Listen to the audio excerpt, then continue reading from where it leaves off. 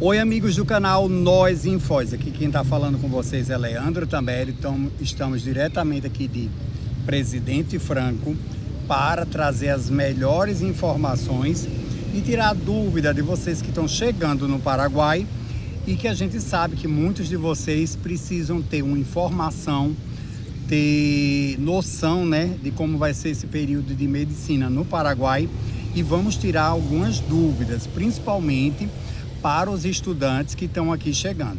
Então, deixa eu me apresentar. Meu nome é Leandro Tambelli, trabalho com assessoria de medicina no Paraguai há um bom tempo e por muitos anos eu me dediquei a uma única instituição próxima ao Lago da República, me dedicando, empenhado apenas em fazer a matrícula, assessoria dos imóveis e auxiliando com documentações imigratórias para esses estudantes que aqui estavam chegando no Paraguai.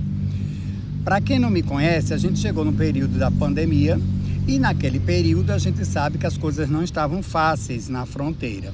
Então vamos fazer um resumo rápido. Vim com minha mãe em tratamento oncológico para o Hospital Ministro Costa Cavalcante. Eu ouvi um barulho aqui, vi olhar se não era um pássaro, um animal. Então, eu vim parar em Foz do Iguaçu em plena época da pandemia, numa das maiores crises nacionais, pelo desgoverno passado de ter deixado tantos idosos em escolha de Sofia. Para quem não sabe o que é escolha de Sofia, eles escolhiam entre o jovem e o idoso que poderia ser salvo nos hospitais. E minha mãe estava na lista dessa escolha de Sofia, e isso não estava me agradando. Desesperadamente, liguei para Santa Catarina, liguei para o Rio de Janeiro, e Rio de Janeiro, um amigo me indicou o Hospital da Itaipu. Trouxe minha mãe para Foz do Iguaçu. Naquele período, passamos muita dificuldade, e ali, quando a gente chegou, uma das coisas mais tristes que a gente observou na cidade foi o grande número de estudantes que, com a Ponte da Amizade fechada, naquela crise internacional, muitos desses estudantes perderam tudo. Os donos dos imóveis não aguentavam mais ter os imóveis fechados, sem receber aluguel dos estudantes. Por sua vez, jogaram guarda-roupa, cama, mesa, uns levaram as coisas dos estudantes. Eu presenciei em Foz do Iguaçu a pior situação que vocês possam imaginar dos imóveis que eram alugados no Brasil, e eu acho que também no Paraguai aconteceu o mesmo, de estudantes ter voltado para o Brasil, ficado naquele período sem poder estudar e passaram por essas dificuldades. Passei 6 meses em Foz do Iguaçu, assim que surgiu o canal, só filmando as ruas de Foz e filmando tudo, localizando tudo, até que um dia um estudante me convidou para conhecer uma instituição no Paraguai, que muitos estudantes gostavam do meu trabalho de assessoria de medicina, de achar os imóveis em Foz, e comecei a fazer essa busca de imóveis em Foz. Então, a primeira coisa que a gente sabe de quem vai chegar nessa fronteira, a parte mais importante é a assessoria do imóvel, que no começo eu não fazia assessoria, eu trabalhava apenas diretamente com os proprietários, e eles me davam uma comissão para fazer esse trabalho. Só que Foz do Iguaçu é uma cidade muito injusta. Você passava muito tempo andando, se desgastando, para o dono do imóvel lhe dar R$100 por aquele trabalho. Então, para quem não sabe, o Paraguai, ele valoriza muito o trabalhador. Por isso, muita gente opta vir morar no Paraguai e quer investir no Paraguai, porque ele abre para muitos setores que no Brasil é formal, tem setores que no Paraguai são informais, como trabalhar com imóvel informal, trabalhar de assessoria informal, trabalhar com um ambulante na rua informal, e muitas dessas pessoas que trabalham na informalidade ver no Paraguai uma oportunidade de trabalho. Eu, no meu caso, eu não posso ficar 24 horas à disposição na rua, porque eu tenho que sair e voltar, por isso que eu gasto muito com o transporte, gasto muito dinheiro de deslocamento, porque eu tenho uma mãe que precisa de mim, eu não posso deixar ela muito tempo sozinha, eu tenho que ter uma pessoa para olhar minha mãe no período que eu saio. Então a gente prefere morar próximo a alguém que possa nos auxiliar numa emergência, ter uma pessoa para estar olhando a minha mãe em qualquer coisa que eu preciso, porque em Foz a gente não tinha essa segurança. Foz hoje é uma das cidades mais violentas e perigosas do Brasil, com um índice mais elevado de quase 60 imóveis invadidos, arrombados por dia. É um número muito elevado, né? Por dia. As ocorrências é de 40 a 60, né? Furtos, roubo, tudo que acontece assim na área dos imóveis. Então, Foz é uma cidade que perdeu praticamente um número muito elevado de empresas. Milhares de pessoas deixaram suas empresas em Foz desse período, porque Foz não passa segurança, não passa infraestrutura e nem os donos dos imóveis estão conseguindo mais alugar para os inquilinos, porque o aluguel subiu e a energia no Paraná, né? Eu não sei se vocês sabem, mas o Paraná, o governo é de direita e eles priorizam o poder privado. Nada público tem qualidade, a saúde é muito decadente, né? A saúde pública de Foz do Iguaçu, principalmente no Paraná, é muito precária e tem um defeito muito grande. A cidade de Foz, ela não tem receptivo, né? A quantidade muito elevada de falta de informação e de receptivo, de acolhimento com as pessoas que ali chegam, só visam o dinheiro. Então, a partir do momento que você chega no aeroporto, eles já visam extorquir você de todas as formas, né? Seja no transporte, seja no imóvel, seja em qualquer situação. Quando a gente vai falar de trabalho de assessoria, que as pessoas no Paraguai, todo mundo cobra seu serviço, já botamos no canal pessoas que cobram. A gente tem material, temos pastas, temos relatos, né? Temos orçamento de assessorias que cobram até 12 mil, 16 mil para fazer uma assessoria no Paraguai. Segundo o relato de um proprietário de uma papelaria, eles fazem assessoria até de 100 mil reais cobrando de brasileiros no Paraguai. Claro que uma pessoa que paga uma assessoria de 100 mil reais, boa peça não é, né? Porque esse dinheiro veio de onde? A gente sabe que muitos desses brasileiros que estão vindo do Brasil, nem todos estão vindo para o Paraguai de uma forma mais, como eu diria para vocês, legalizada, né? Muito é de lavagem de dinheiro. Tanto que a Operação Ágata e outras operações que estão acontecendo na fronteira está desmascarando uma grande rede internacional e nacional relacionada à lavagem de dinheiro. A gente sabe que o corredor da lavagem de dinheiro do Brasil se chama Foz do Iguaçu. E a cidade sede para receber essas pessoas é Foz, né? Então, o que é que acontece? A política, por ser de direita na cidade e as pessoas não aceitarem o nordestino como eles deveriam aceitar e respeitar o nordestino, porque na época que a gente chegou, o prefeito de Foz era o Chico Brasileiro, um paraibano, viu? Era um paraibano, nordestino, mas o povo elegeu um prefeito nordestino, mas não tem o acolhimento ao povo nordestino, porque eles visam o povo paraguaio nordestino como mão de obra pesada. Coisas que ele não faz, construção civil, carregar cimento, fazer essas coisas. Então, todo o trabalho que eles não são capazes de fazer, eles empurram para os paraguaios e para os nordestinos. Geralmente, eles não pagam carteira assinada, né? Foz do Iguaçu é uma cidade que, se vocês forem investigar as equipes de terceirizado de obras públicas de Foz do Iguaçu e de todo o Paraná, vocês vão encontrar um grande número de paraguaios, nordestinos e depois pessoas trabalhando informalmente, sem carteira assinada nessas obras que se estende por todo o Paraná. O Paraná não gosta de pagar carteira assinada e leis trabalhistas para ninguém. Isso não é novidade para ninguém. Então, é muito complicado uma pessoa vindo do Nordeste como eu, residir em Foz do Iguaçu e ter todo esse conjunto de fatores, sem contar que eles não cuidam de idoso. O hospital, um número muito elevado de pacientes oncológicos abandonados. Quem cuida de idoso, o pessoal fica revoltado, porque eu não sou uma pessoa rica, mas eu me disponho, todo mundo que me conhece, próximo a mim, só quem pode falar de mim é quem convive comigo, que me conhece há anos, próximo à minha mãe, né?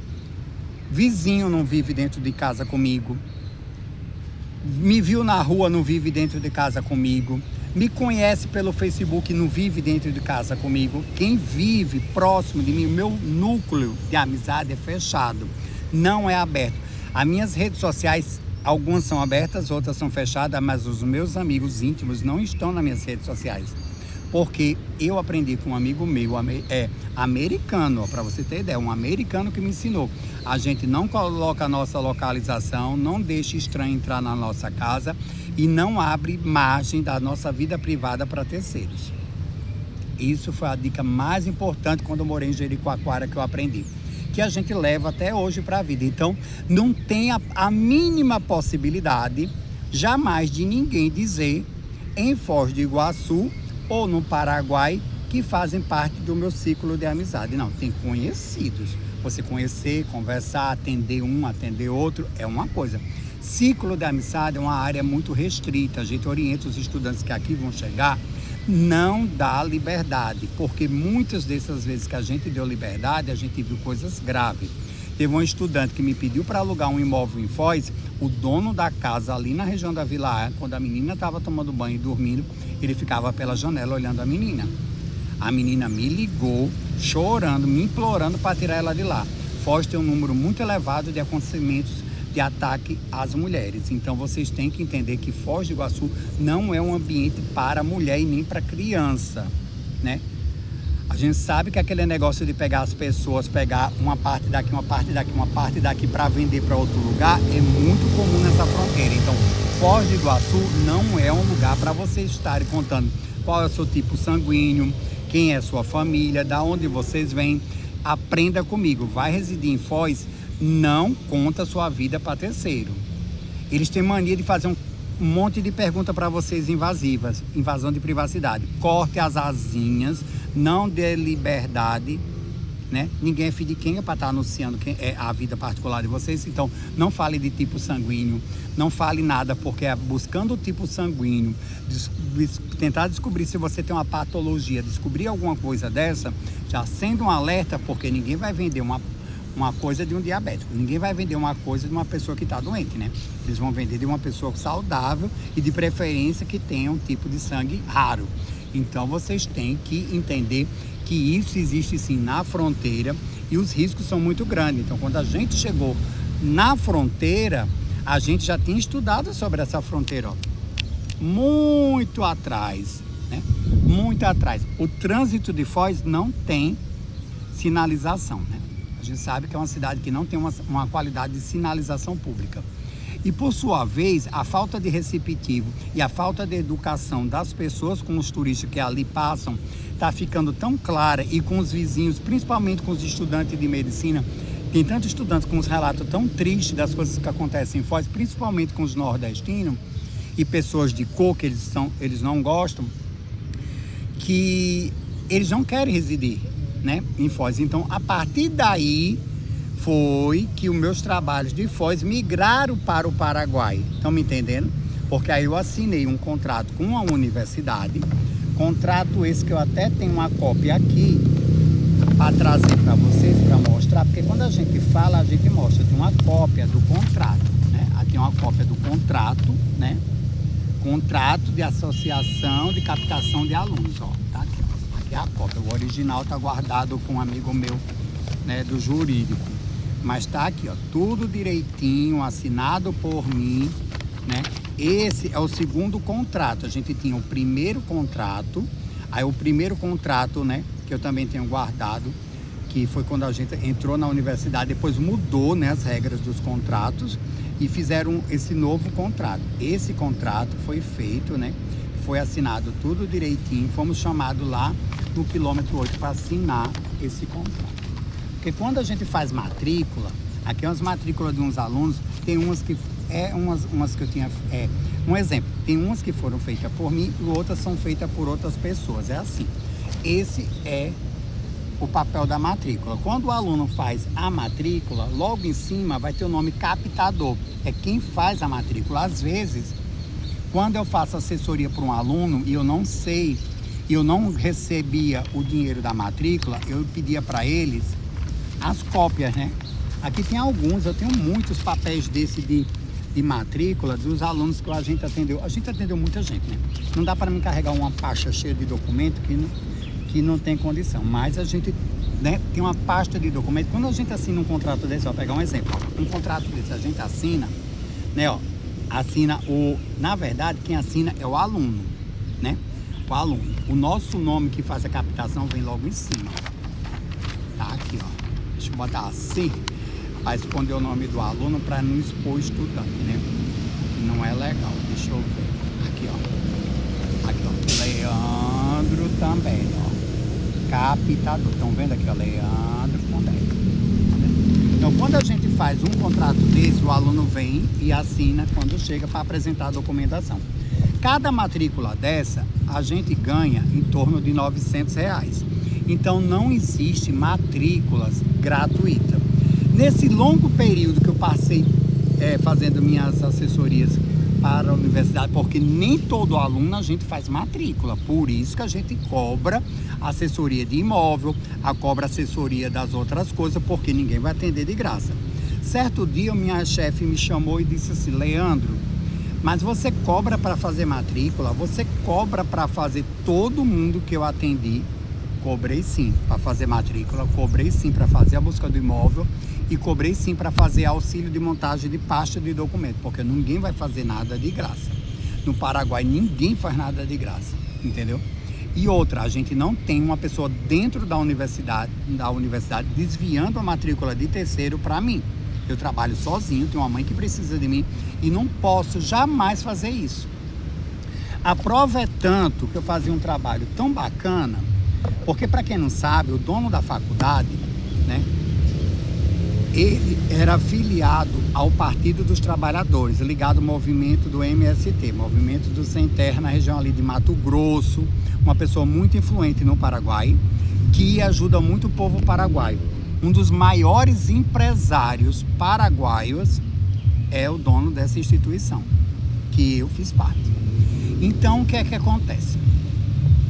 Um grande homem ajuda muito com medicamento, ajuda o país com desenvolvimento, construiu um hospital, construindo clínicas, né? Eu fico pensando assim, é um homem que investe muito, um empreendedor fantástico, dono da faculdade, um empreendedor fantástico. Chegou lutando, montou uma faculdade, levaram a faculdade dele, aí ele foi e montou outra, foi em Assunção, lutou para conseguir o título dessa faculdade, fundou a faculdade, abriu a filial, expandiu sua faculdade, vai se expandir para a capital. Então, é um homem de visão, né? Um homem de empreendimento. Só que dentro de um negócio desse de empreendimento, as pessoas não sabem que nem todo mundo é de direita. Nem todo mundo no planeta é de direita. Gente, acorda para a vida, nem todo mundo é de direita. E outra, não tem problema se a pessoa é de esquerda, de centro ou de direita, não tem problema. A gente tem que aprender que respeito gera respeito. A gente só não consegue respeitar o extremismo. Aí esse não dá para tolerar, né? Mas eu tenho muitos amigos de direita, inclusive pessoas importantes da Federal que ajudaram a gente quando a gente chegou em Foz do Iguaçu. A gente passou a documentação, passamos tudo para a pessoa ajudou com medicamento oncológico. Sou muito grato aos amigos de direita que nos ajudaram em Foz do Iguaçu quando a gente chegou, e os amigos de esquerda também, que a gente não só tem de direita, e pessoas também do centro, como no Paraguai, que temos amigos no Colorado, no Eu Creio, no Liberal, temos amigos em todos os setores. Gente, o respeito gera respeito. Agora, a gente não tolera o extremismo. Então, as pessoas quando nos vê com essa cor, essa cor no Paraguai se chama Colorado, é o partido do presidente Santi. Eu também tenho muito respeito ao MEC do Paraguai, ao CONES, e que são os órgãos fiscalizadores na fronteira, né, de ensino superior, que é graças ao CONES que eu fui alertado por uma instituição que estava chegando no Paraguai, linda, perfeita, porém era uma instituição fake, né? Era uma universidade de medicina que não existia. Eu, claro, fui convidado para fazer a divulgação da instituição, fiz um contrato, que depois eu vou até trazer o contrato para mostrar para vocês, que o proprietário nunca assinou. Quem assinou na época foi um funcionário que assinava pela faculdade, que aquilo ali já era uma coisa muito suspeita para mim, mas a gente sabe que a instituição em si não existia. Mas a gente filmou, documentou, porque se a gente não mostra nas redes sociais, como é que eu ia saber se a faculdade é verdadeira ou falsa? Então a gente às vezes tem que botar os vídeos no ar para saber o que é real, o que não é real, não é verdade? Então, esse dono dessa faculdade queria tanto a faculdade que ele parece que comprou uma faculdade no Paraguai, né? Segundo ele disse, eu vou comprar, eu tenho dinheiro, eu vou comprar uma faculdade. Eu não sei se comprou, se não comprou, como é que ficou a situação. Eu sei que a faculdade fake foi fechada. Então, mas eu filmei a faculdade, fiz parte do núcleo de captação dessa faculdade para poder entender da logística, porque Quando eu trabalhava nessa universidade no Lago da República, eu pedi licença para conhecer as outras instituições e nesse período a gente descobriu um monte de coisinhas de várias instituições. Coisinhas essas que levaram algumas instituições à investigação, a serem fechadas e outras coisas mais. Então, a gente não fala das coisas porque a gente quer, a gente não sabe. Você vai botar um estudante para estudar 6 anos de medicina numa faculdade, depois vem um CONES, vem um órgão e fecha aquela instituição, é uma situação grave. Então a gente foi colocado, fomos usados por terceiros, né, por universidade, né, que captava as pessoas para fazer uma promoção, usando a gente para fazer coisas de lavagem, essas coisas todas. Tudo isso aconteceu, a gente tem foto, tem vídeo, apareceu de tudo, né? A gente viu de tudo nessa cidade, na cidade do Paraguai, na cidade do Oeste e em Foz do Iguaçu acontecer. Então a gente tem a noção das coisas que acontecem nessa fronteira. Então, você pai, você mãe que traz um filho para residir aqui, vocês não estão nem imaginando o risco que é ter um filho sem o pai e a mãe presente nessa fronteira. Vocês não sabem. E eu sei, eu falo com propriedade, porque eu passei por situações graves, sérias, passei e passo devido a situações que acontecem no cotidiano, que isso depois é um outro vídeo, um outro caso a se falar, mas sabemos de coisa e passamos por situações que chegam ao extremo de depressão, de bebida, de tudo que presta e que não presta. Eu já posso bater no peito e dizer, eu já passei nessa fronteira. Do que presta e o que não presta nessa fronteira, desde que eu cheguei. E não fui um dos que pulou na ponte, porque eu tive Deus à frente e minha mãe que me segurou para não fazer. Tive um AVC, para quem não sabe, eu tive um AVC no mercado de abaixo, caí durinho lá dentro do mercado de abaixo. Fiquei 60 dias acamado, tive um problema na minha perna de um acidente de moto, tivemos um roubo em Foz do Iguaçu, na primeira vez, na segunda vez, na terceira, a dona da casa de extrema direita em Foz, junto com a médica formada no Paraguai, advogada, e uma outra vizinha, filha de um coisa aí, de pai de santo, sei lá o que é isso, e se juntaram aquele grupo, fizeram tanto a cabeça da dona da casa me levar as coisas, que eu com a minha mãe internado no hospital, Ministro Costa Cavalcante, por 11 dias, quando eu saí, a minha casa tinha sido roubada porque eles alegaram que eu tinha abandonado a casa, sabendo eles que eu estava com a minha mãe no hospital. A médica altamente, com lúpus, só vivia tomando Coca-Cola, tinha um problema muito grande comigo porque ela queria, porque eu trabalhava com estudante, ela por ser médica formada e advogada, ela me implorava para mim arrumar homem para ela, mas gente, eu não sou cafetão. Eu não sou cafetão. O povo às vezes em Foz confunde. Eu não sou cafetão. Não é porque eu trabalho com medicina que eu conheço mulher e homem que as mulheres e os homens estão disponíveis. Gente, não me confunda com as outras laias. Pelo amor de Deus, eu não sou cafetão. Então a mulher me pedia para trazer homem para ela. E ela já tinha um caso com um cara no Paraguai. Ela tem imóveis no Paraguai, mas morava em Foz. E ela se dizia muçulmana, né? Se dizia muçulmana. Essa mulher veio para o Paraguai me defamar. Infernizou a vida da minha mãe, infernizou a minha vida, pintou e bordou, não sossegou de ter roubado tudo da gente, ainda foi para o Paraguai infernizar a vida da gente, levou meu computador, levou minhas coisas, mexeu, revirou, pintou e bordou. A dona da casa, né, porque ela junto com a dona da casa, eu tenho certeza que ela estava envolvida nisso, tenho certeza, porque a dona da casa disse que foi ela que disse, agora a dona da casa foi para além, né, porque olha como Deus é justo. A dona da casa, no dia que ela fez isso comigo, com a mamãe doente, eu não tinha o que fazer. O médico disse, ou você vai cuidar das suas coisas.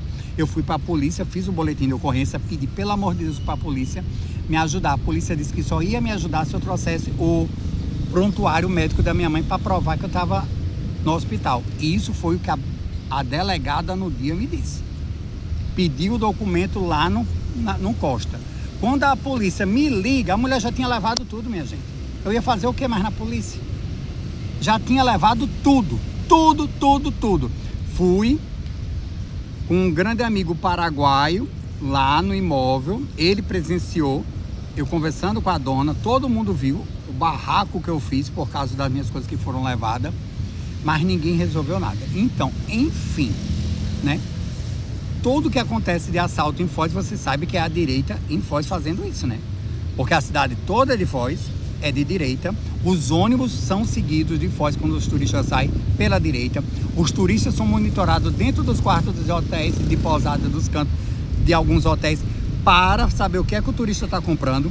Pergunta muito invasiva, o que é que você vai fazer no Paraguai para seguir o turista, para poder fazer as coisas com os brasileiros. Tudo que não presta acontece em Foz a partir desse momento, da invasão de privacidade, de abertura de espaço. A dona do imóvel que eu morei me assediava, queria entrar dentro da minha casa. A minha mãe às vezes estava nua, no calor, no verão, deitada na cama. A mulher queria entrar dentro de casa com a mamãe nua e a mamãe chorando, pedindo pelo amor de Deus. Os vizinhos não me ajudavam, porque Foz tem pessoas assim, que surtam, tentam entrar dentro da sua casa, atacar as meninas, atacar as mulheres, atacar os homens. Tem gente pra tudo.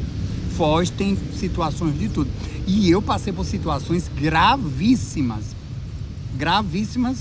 que segue para um outro vídeo, que a gente já entregou até um material para uns amigos nossos que tá cuidando das coisas bem direitinho. Então, a gente tem que explicar que nada que acontece nessa fronteira é por acaso, entendeu? Porque Foz é o corredor do que não presta do Brasil. E todo mundo que faz lavagem no sul do Brasil se instala em Foz. Vem do Rio Grande do Sul, de Santa Catarina e do Paraná. Tudo com seus escritórios em Foz.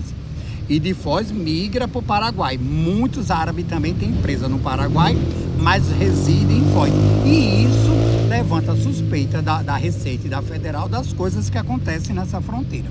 Mas, independente disso, os brasileiros que aqui chegam precisam muito de ter uma pessoa real para fazer os trâmites das coisas, aquela coisa toda. Porém, todavia, nem todo o trabalho que a gente realiza é realizado com êxito. Por quê? Às vezes a pessoa omite informação, às vezes as pessoas vêm para cá com uma intenção, é outra. A gente já recebeu ligação de proprietário dizendo que tinha documento suspeito, que não passou pela fiscalização, que aconteceu de ser negado a residência para uma pessoa por devido de imprudência e de não passar informações legais. A gente diz que se tem problemas relacionados a isso, a gente não pode deixar o dono alugar o imóvel para a pessoa. A pessoa, depois que se paga uma coisa no Paraguai, não tem como voltar atrás, porque não é tão simples assim. A gente que mexe com assessoria, que mexe com advogado, ou às vezes você mexe com imobiliário, com proprietário, você quando pega uma coisa já é seu, não tem devolução. Você compra o produto no Paraguai, levou, não tem troca. Isso todo mundo sabe há muito tempo. Sabe que garanto de imóvel não se devolve, taxa imobiliária não se devolve, aluguel adiantado já corre dos dias, mesmo que o contrato está indo, já está indo. Alguns imóveis você tem uma facilidade maior se você for o dono do imóvel, mas se você não é o dono do imóvel, você não tem o que fazer. Então o que é que acontece? Aí fica o dito pelo não dito. Às vezes você aluga um quarto para um estudante, o estudante vem com outras coisas ilícitas para residir no quarto, dividir um quarto de uma pessoa de R$600 para duas pessoas. E quando você vai dizer que não vai botar duas pessoas nesse quarto, que vai arrumar um outro canto para ele se instalar, ele vem e agride. Minha mãe doente agrediu minha mãe. Graças a essas agressões, minha mãe teve 10 entradas no Hospital Ministro Costa Cavalcante. Tenho tudo filmado, tenho documentado, tenho tudo. Tudo isso eu tenho guardado comigo, né? Diretor, né, decano de universidade, que costuma pagar Pix para as minhas mulheres casadas, com as estudantes. A gente sabe de todos esses babadinhos, né? Que o pessoal aqui é nesse nível que a gente está falando. Só que esse assunto não ficou restrito a mim, ficou restrito a um grupo grande de pessoas que em várias reuniões, em um longo período, foi levantando uma conversa daqui, uma conversa dali, foi investigando aqui, investigando ali. Tem funcionário que ficou, funcionário foi demitido, pessoa que não está mais trabalhando, pessoas que estavam envolvidas em coisa que não existe mais, faculdade que fechou. Menino pintou e bordou. Tudo aconteceu automaticamente ao mesmo tempo. Agora, a pergunta que eu faço. Vocês sabendo de tudo isso que eu estou falando, é fácil vir fazer medicina no Paraguai? Não é fácil. Não é fácil. Não é fácil. Tem aquela pessoa que aluga imóvel com você, aí já tem que pagar o outro mês. Para não pagar o outro mês, já fica criando confusão com você dentro da faculdade, para não dar o dinheiro que faz.